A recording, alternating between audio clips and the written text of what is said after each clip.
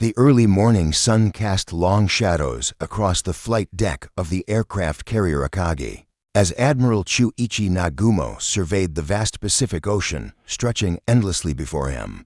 It was June 3, 1942, and the Japanese combined fleet was steaming toward what would become one of history's most decisive naval encounters. The salt spray kissed his weathered face as he contemplated the audacious plan that had brought them to these waters: the complete destruction of the United States Pacific Fleet and the capture of Midway atoll. 6 months had passed since the devastating attack on Pearl Harbor, and the Empire of Japan rode the crest of an unprecedented wave of military conquest. From the smoking ruins of Hong Kong to the fallen fortress of Singapore, from the oil-rich Dutch East Indies to the strategic bases of the Philippines, Japanese forces had swept across the Pacific like an unstoppable tsunami. The rising sun flag now flew over territories spanning thousands of miles, and Admiral Isoroku Yamamoto, the architect of Japan's naval strategy, believed that one decisive blow could force America to negotiate a favorable peace.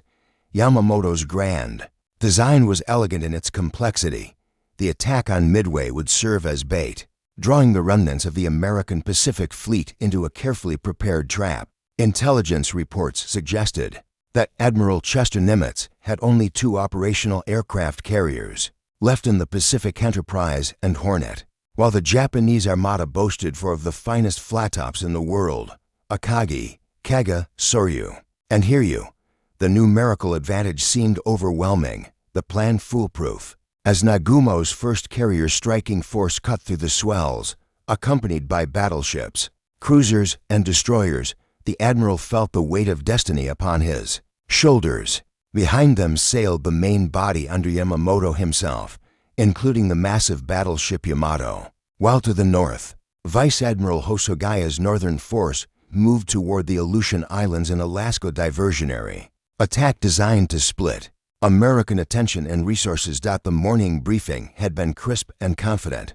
Captain Minoru Genda, the brilliant tactical planner who had helped orchestrate Pearl Harbor, outlined the assault schedule with precision. The first wave would strike Midway at dawn on June 4th, softening the island's defenses. A second wave would follow, and then, when the American fleet inevitably responded to the distress calls, Nagumo's carriers would pivot and deliver the killing blow that would end American resistance in the Pacific once and for all. Below decks, maintenance crews swarmed over rows of aircraft: Nakajima Kate torpedo bombers, Aichi Val dive bombers, and the deadly Mitsubishi Zero fighters that had dominated every engagement since the war began. Pilots gathered around charts and photographs of Midway, studying the layout of the tiny atoll that would serve as their stepping stone to Hawaii and, ultimately, the American West Coast. Yet beneath the surface confidence, subtle tensions rippled through the fleet. Radio intercepts had been unusually quiet from the Americans, and reconnaissance flights had reported fewer ships at Pearl Harbor than expected. Some officers whispered concerns about the complexity of the operation, the dispersal of forces, and the Americans' growing reputation for resilience and innovation. But such doubts were quickly silenced by the intoxicating memory of 6 months of unbroken victory. As night fell on June 3rd, the Japanese armada pressed forward through darkening seas, unaware that their meticulously planned surprise was about to become the most costly miscalculation in naval history. Lieutenant Commander Joseph Rockford rubbed his tired eyes and took another sip of lukewarm coffee. As he hunched over the decoded message fragments scattered across his desk in the basement of the 14th Naval District headquarters at Pearl Harbor, the fluorescent lights hummed overhead in the windowless room where Station HYPO, the Navy's top-secret cryptanalytic unit, had been working around the clock for weeks to penetrate Japanese naval communications. Since late May, Rockford and his team of brilliant codebreakers had been intercepting an increasing volume of encrypted Japanese radio traffic, all pointing toward a major offensive operation designated May. The pieces of the puzzle had come together slowly, painstakingly, through the dedicated work of mathematicians, linguists, and naval officers who had devoted themselves to understanding the enemy's most closely guarded secrets. The breakthrough had come through a clever ruse. Suspecting that AF in Japanese communications referred to Midway, Rockford had arranged for the island's garrison to broadcast an uncoded message reporting problems with their water purification system. Within hours, Japanese radio operators had dutifully reported that AF was short of water, confirming beyond doubt that Midway was the target of the massive operation being planned. According to declassified documents from the National Security Agency, this water ruse was one of the most successful intelligence deceptions of World War II, providing American commanders with crucial confirmation of Japanese intentions. Admiral Chester Nimitz, Commander-in-Chief of the Pacific Fleet, had listened to Rochefort's briefings with the calm attention that had made him one of the Navy's most respected leaders. Despite pressure from Washington to disperse his limited forces, Nimitz made the bold decision to concentrate everything he had for a defensive stand at Midway. The mathematics were stark. Japan was bringing for fleet carriers and their escorts against America's 3 operational flat-tops, Enterprise, Hornet, and the hastily repaired Yorktown, which had limped back from the Coral Sea barely 2 weeks earlier. Task Force 16, commanded by Rear Admiral Raymond Spruance, departed Pearl Harbor on May 28 with Enterprise and Hornet, their flight decks packed with Douglas Dauntless dive bombers, Grumman Wildcat fighters, and Douglas Devastator torpedo planes. 2 days later, Task Force 17 under Rear Admiral Frank Fletcher followed with Yorktown, her battle damage from Coral Sea hastily patched, but her crew's spirits undaunted. The American strategy was audacious in its simplicity. Rather than wait for the Japanese to attack Midway and then respond, Nimitz planned to position his carriers northeast of the atoll, where they could strike the Japanese fleet while its aircraft were occupied. With the initial assault on the island, everything depended on timing, surprise, and the courage of pilots who would be vastly outnumbered in the coming battle.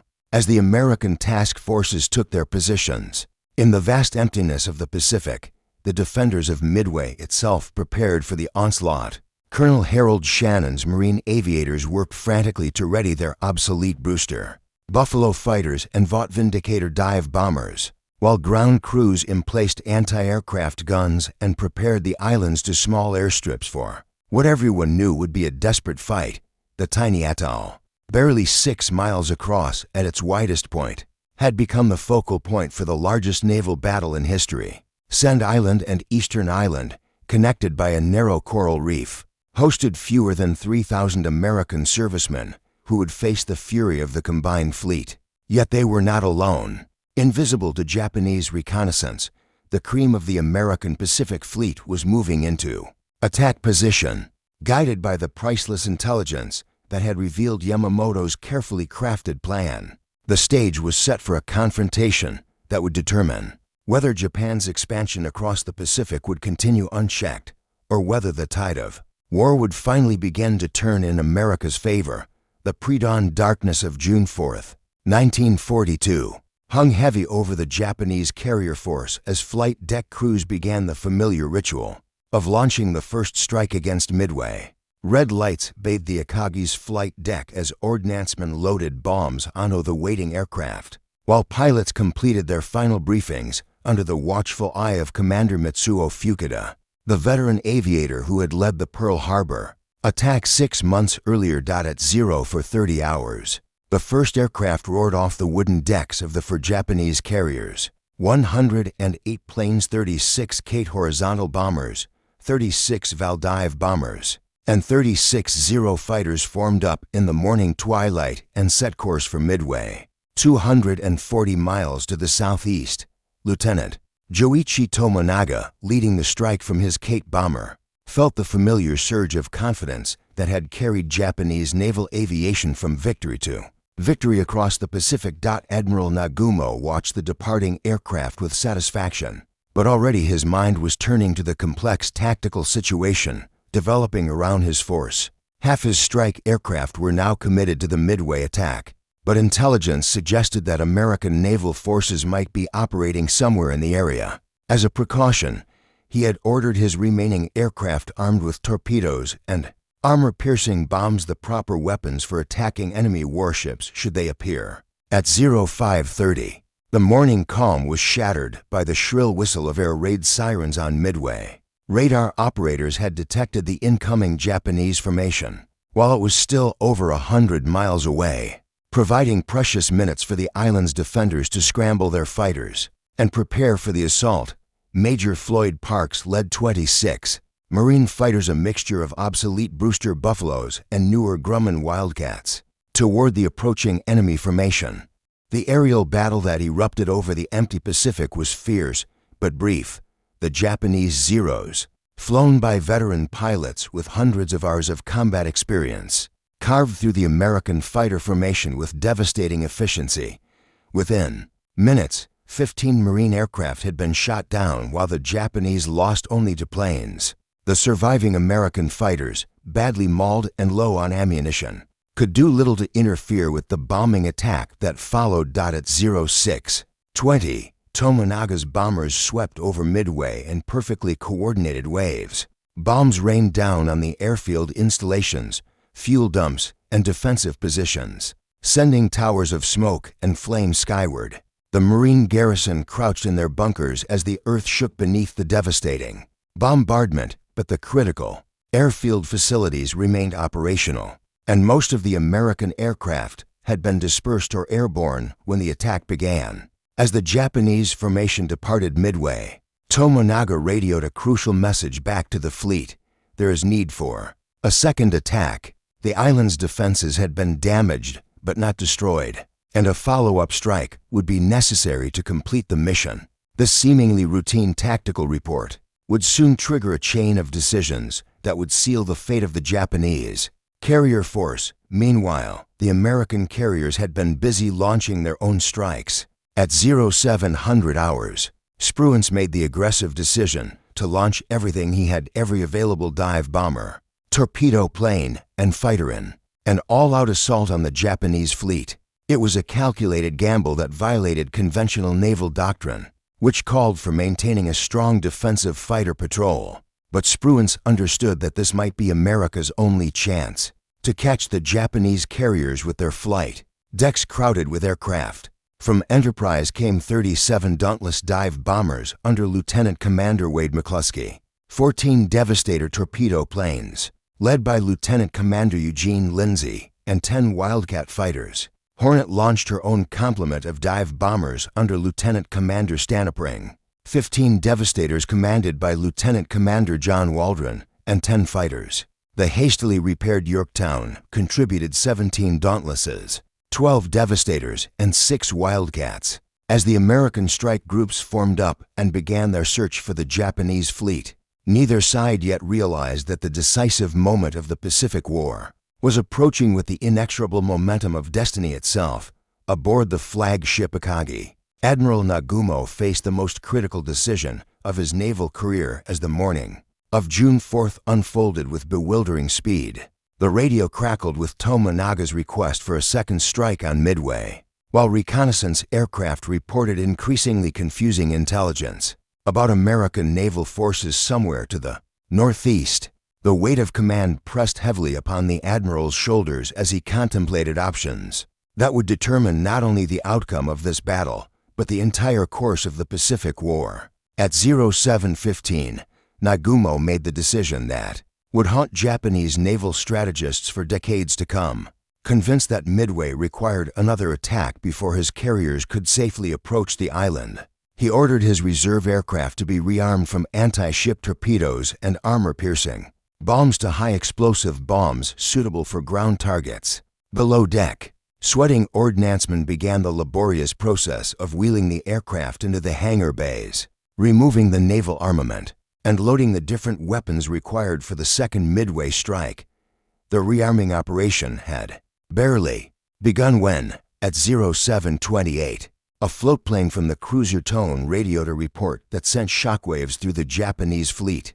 Sight what appears to be 10 enemy surface ships, in position bearing 10 degrees, distance to 140 miles from Midway. The message was incomplete and maddeningly vague, but it suggested the presence of American naval forces exactly where they were not supposed to be. According to Japanese intelligence estimates, Nagumo immediately demanded clarification, but precious Minutes ticked by with no response from the reconnaissance aircraft.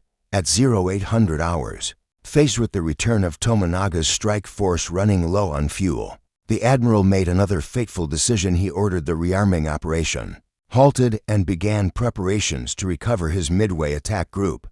Flight decks that had been cleared for launching were now crowded with aircraft, fuel lines, and ordnance as the Japanese carriers maneuvered into the wind to receive their returning planes. At 0820, the floatplane from Tone finally provided the crucial information that Nagumo had been desperately seeking. Enemy force accompanied by what appears to be aircraft carrier bringing up the rear. The confirmation that American carriers were operating in the area transformed the tactical situation completely. But by now the Japanese were committed to recovering their Midway strike force, which was already approaching the fleet with battle damage and critically low fuel levels.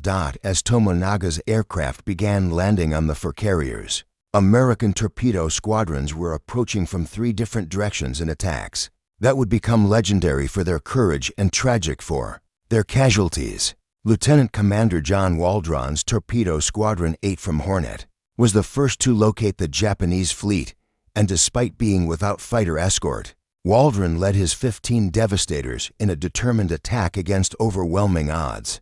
The Japanese Combat Air Patrol, consisting of experienced Zero pilots, fell upon the slow, obsolete American torpedo bombers with devastating effect. One by one, the Devastators were shot down or crashed into the sea, their crews dying in the cockpits of aircraft that had been designed in the mid-1930s and were hopelessly outmatched by modern fighters. Only Ensign George Gay survived, floating in the Pacific and witnessing the climactic moments of the battle from his life raft. Similar fates awaited the torpedo squadrons from Enterprise and Yorktown. Lieutenant Commander Eugene Lindsay's Torpedo Squadron 6 lost 10 of 14 aircraft, while Lieutenant Commander Lance Massey's Torpedo Squadron 3 from Yorktown was virtually annihilated, with 11 of 12 planes shot down. The gallant sacrifice of these torpedo bomber crews seemed to accomplish nothing. Not a single torpedo found its target, and the Japanese carriers continued their evasive maneuvers apparently unscathed. But the sacrifice of the torpedo squadrons was not in vain. Their low-level attacks had drawn the Japanese fighter cover down to sea level, leaving the high-altitude approaches virtually undefended. Moreover, the need to evade the torpedo attacks had disrupted the Japanese formation and prevented the orderly launch of their own strike aircraft. As the last American torpedo bomber fell into the sea, the stage was set for the most decisive 5 minutes in naval aviation history. The Japanese carriers, their flight decks crowded with aircraft, fuel, and munitions, steamed proudly through the morning swells, unaware that high above them, American dive bombers were beginning their deadly descent toward immortality. Lieutenant Commander Wade McCluskey squinted through his cockpit canopy at the empty ocean stretching endlessly beneath his Douglas Dauntless dive bomber, knowing that the fuel gauges of his 37 aircraft were approaching the point of no return. It was 0920 on the morning of June 4th, and Enterprise Air Group 6 had been searching for the Japanese fleet for over 2 hours without success. The carefully calculated intercept course had led them to empty water, and McCluskey faced the agonizing decision of whether to continue the search or turn back to save his pilots from ditching in the Pacific. Then,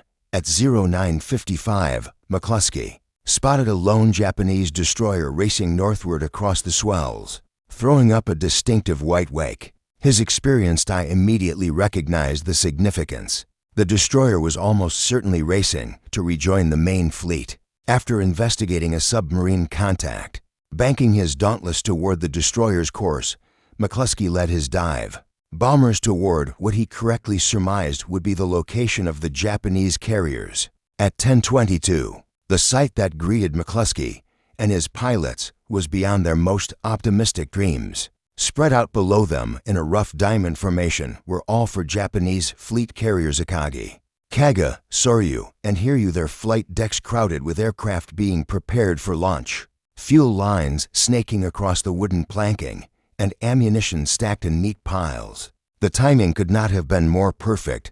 The Japanese were caught in the most vulnerable moment possible. With their fighters low on altitude and ammunition after destroying the American torpedo squadrons, McCluskey immediately deployed his force for attack, assigning half his dive bombers to the carrier Kaga while leading the remainder against the flagship Akagi. At the same moment, purely by coincidence, Lieutenant Commander Maxwell Leslie arrived over the Japanese fleet with 17 dauntless dive bombers from Yorktown, adding his strength to what was about to become the most concentrated and devastating carrier attack in naval history.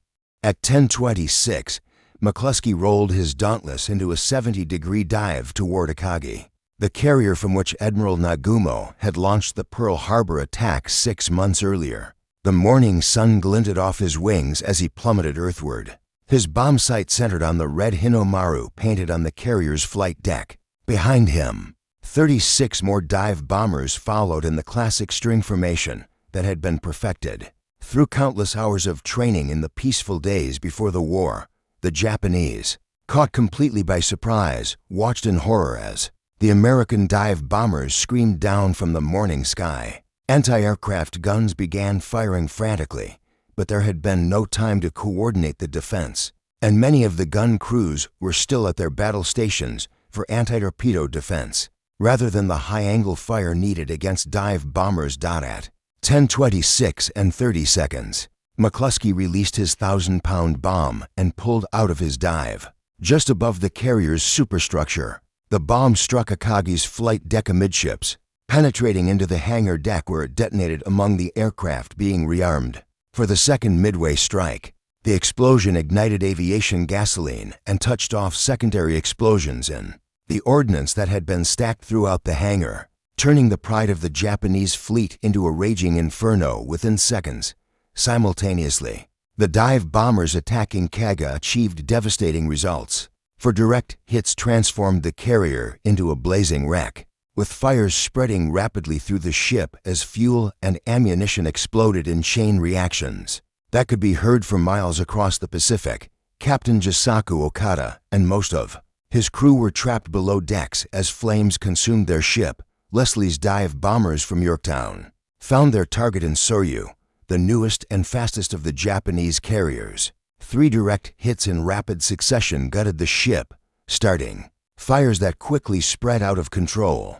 Within minutes, all 3 carriers were burning fiercely. Their proud careers ended in the span of 5 devastating minutes that had transformed the strategic balance of the Pacific War. As documented in Samuel Eliot Morrison's official history, the Two-Ocean War, this 5-minute period from 10:22 to 10:27 on June 4, 1942, marked the turning point of the Pacific conflict and demonstrated the decisive power of coordinated dive bomber attacks against naval targets. Only Hiru remained undamaged, her captain desperately maneuvering to avoid the fate of his sister ships while preparing to launch a counterstrike that would represent Japan's last hope of salvaging victory from the catastrophe that had befallen the combined fleet in those 5 terrible minutes above the blue waters of the Pacific. Rear Admiral Tamon Yamaguchi stood on the bridge of the carrier Hiru, the last undamaged ship of what had been the most powerful carrier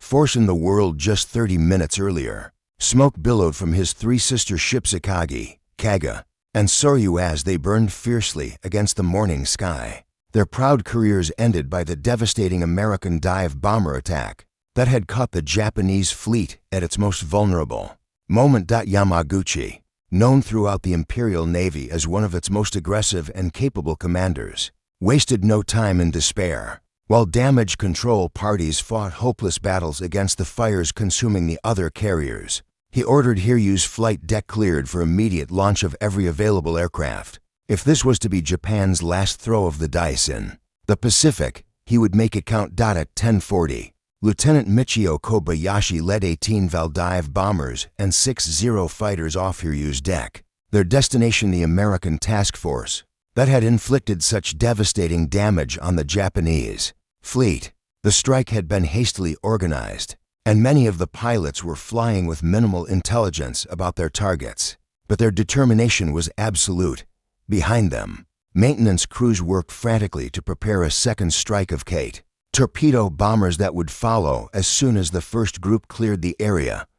the American carriers, meanwhile, were recovering their triumphant dive bomber pilots and preparing for the inevitable Japanese counterattack. Admiral Fletcher, commanding from Yorktown, had witnessed the destruction of 3 enemy carriers with professional satisfaction, but he knew that the battle was far from over. Radar operators scanned their screens continuously, searching for the revenge strike that Japanese honor demanded. At 11:55, Yorktown's radar detected the incoming Japanese formation at a distance of 46 miles. Fighter director officers scrambled 12 Wildcat fighters to intercept, while the carrier began evasive maneuvers and her gun crews manned their battle stations. The American Combat Air Patrol, led by Lieutenant Commander John Thatch, climbed rapidly to meet the approaching enemy bombers. The aerial battle that erupted over Task Force 17 was fierce and brief. Thatch's Wildcats,